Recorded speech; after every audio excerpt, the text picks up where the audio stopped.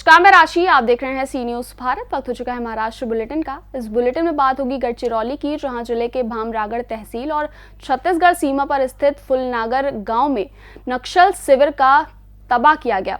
और चर्चा करेंगे धुले की, जहां एनसीबी पार्टी ने किया जोरदार विरोध प्रदर्शन। ऐसी तमाम खबरों पर करेंगे विस्तार से चर्चा। गढ़चिरौली जिले के भामरागढ़ तहसील और छत्तीसगढ़ सीमा पर स्थित फुलनार गांव में 11 फरवरी की सुबह जिला पुलिस के C-60 और सीमा सुरक्षा दल ने नक्सल शिविर को तबाह किया।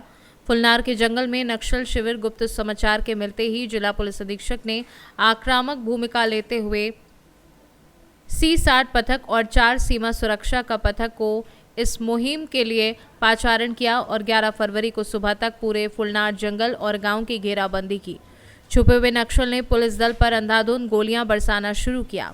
जवाबी कार्यवाही में पुलिस दल ने जोरदार मुकाबला करते हुए पूरे शिविर को तबाह किया और इस कार्य में जिला पुलिस के C-60 जवान महेश नागुला शहीद हुए। शहीद जवान महेश नागुला को श्रद्धांजलि देते हुए महाराष्ट्र के मुख्यमंत्री और जिले के पालक मंत्री देवेंद्र फडणवीस ने शहीद जवान के परिवार को हर संभव मदद करने की घोषणा की। गढ़चिरौली से सी न्यूज संवाददाता संजय यमसलवार की रिपोर्ट। धुले जिले और शहर में सरसा की महिलाओं को 2100 रुपये प्रतिमाह दिए जाएं। राष्ट्रवादी कांग्रेस पार्टी शरद चंद्रजी पवार पार्टी की ओर से आज धुले शहर में कलेक्टर कार्यालय के बाहर जोरदार विरोध प्रदर्शन किया गया और मांग की गई कि प्रिय बहनों को धोखा नहीं दिया जाना चाहिए। साथ ही महिलाओं के लिए शुरू की गई योजना को स्थायी रूप से जारी रखा जाना चाहिए और सभी महिलाओं को 2100 रुपये का भुगतान किया जाना चाहिए। चुनाव से पहले महायुति के नेताओं ने सार्वजनिक रूप से कहा था कि महाराष्ट्र की सभी महिलाओं और प्यारी बहनों को 2100 रुपये प्रति माह दिए जाएंगे। किसी भी महिला के साथ गलत व्यवहार नहीं किया जाएगा। इसकी घोषणा महायुति के नेताओं ने की और महिलाओं ने बड़े धूमधाम से फॉर्म भरे। लाखों महिलाओं ने फॉर्म भरे और उसके साथ दस्तावेज भी संलग्न किए। फॉर्म भरने में हजारों रुपए खर्च कर दिए, लेकिन अब सत्ता में आने के बाद महायुति के नेता प्रिय बहनों और गरीब महिलाओं को धोखा दे रहे हैं।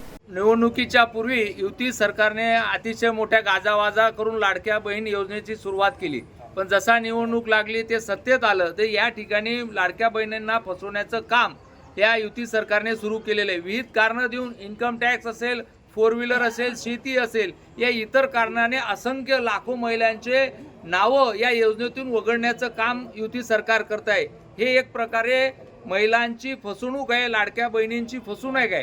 या निमित्ताने धुळे शहर राष्ट्रवादी काँग्रेस पार्टी शरदचंद्रजी पवार पक्षाच्या वतीने या ठिकाणी आम्ही आंदोलन केलं आणि आदरणीय जिल्हाधिकारी साहेबांना भेटून निवेदन दिलेलं आहे की जर एकही या जिल्ह्यातील शहरातील एकही लाडक्या बहिणीचं नाव या योजनेतून कमी केलं किंवा वगळण्यात आलं तर राष्ट्रवादी काँग्रेस पार्टी अतिशय तीव्र स्वरूपाचं आंदोलन त्या महिलांना सोबत घेऊन केल्याशिवाय राहणार नाही, असा इशारा या निमित्ताने आम्ही दिलेला आहे। धुले से सी न्यूज संवाददाता नीलेश परदेशी की रिपोर्ट।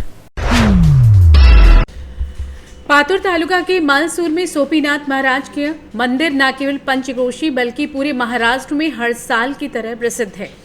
10 फरवरी को भगवान का विवाह मनाया जाता है और लगातार 5 सोमवार तक यात्रा निकाली जाएगी।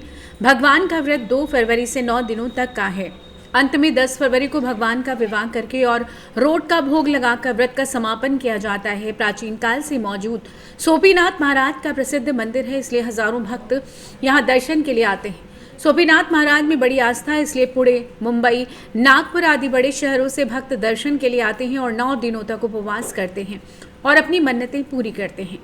7 फरवरी को पर्वत का कार्यक्रम है। पर्वत के दिन संस्थान ने महाप्रसाद का आयोजन किया। हालांकि संस्था ने होटल व्यवसायियों, दुकानदारों व अन्य लोगों से अपील की है कि वे यात्रा में आकर इसकी शोभा बढ़ाएं।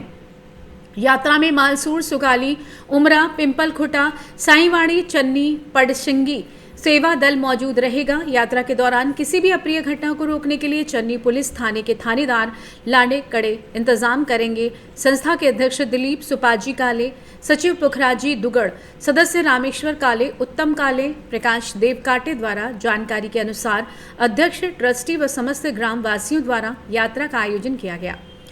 अकोला से कैमरा पर्सन नरेंद्र बढ़ोड़कर के साथ सी न्यूज संवाददाता धनराज सबकाल की रिपोर्ट। मुर्तिजापुर में एसटी महामंडल द्वारा करोड़ों रुपए की लागत से बनाया गया बस स्टैंड परिसर अवैध पार्किंग से घिर गया है। क्या ये बस स्टॉप पार्किंग स्थल बन गया है? क्योंकि स्टेशन के चारों तरफ बड़ी संख्या में निजी वाहन खड़े रहते हैं। ये वो प्रश्न है जो यात्री पूछ रहे हैं। चूंकि रिक्शा बस स्टैंड के प्रवेश द्वार पर ही खड़े रहते हैं तो हम एसटी बस स्टैंड तक कैसे पहुंच सकते हैं? ये सवाल वाहन चालकों के सामने है। खासतौर पर निजी ट्रैवल एजेंसियों के शहर में प्रवेश पर प्रतिबंध होने के बावजूद वे बस स्टेशन पर आकर बस स्टेशन के प्रवेश द्वार पर खड़े होकर ट्रैवल एजेंट पलटकर यात्रियों को ले जाते हैं। इस कारण डिपो प्रमुख हेमंत राव चांदुरकर ने मुर्तिजापुर पुलिस निरीक्षक अजीत जाधव को लिखित में स्टेशन परिसर में अवैध रूप से पार्क किए गए वाहनों के खिलाफ कार्रवाई की मांग की है।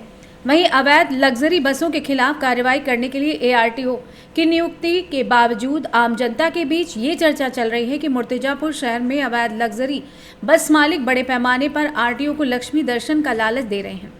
डिपो के चारों ओर निजी यात्री परिवहन वाहन खड़े रहते हैं और उनके एजेंट ऊंची आवाज में शोर मचाकर यात्रियों को भगा देते हैं। सुरक्षित यात्रा की उम्मीद लगाए बस स्टेशन पर यात्रियों को परेशानी का सामना करना पड़ रहा है, जिसके चलते यात्रियों को बस स्टेशन पर पुलिस सुरक्षा सुनिश्चित करनी चाहिए और जल्द से जल्द अवैध पार्किंग बंद करानी चाहिए ताकि यात्रा सुरक्षित हो सके। आम जनता में यही बात कही जा रही है। संबंधित प्रशासन को इस बात पर ध्यान देना चाहिए। जनता में भी ऐसी चर्चा है। अकोला से कैमरा पर्सन नरेंद्र वढ़ोड़कर के साथ सी न्यूज संवाददाता धनराज सबकाल की रिपोर्ट। फिलहाल के लिए इस खास बुलेटिन में बस इतना ही। देश और दुनिया की बाकी खबरों के लिए आप देखते रहिए सी न्यूज भारत।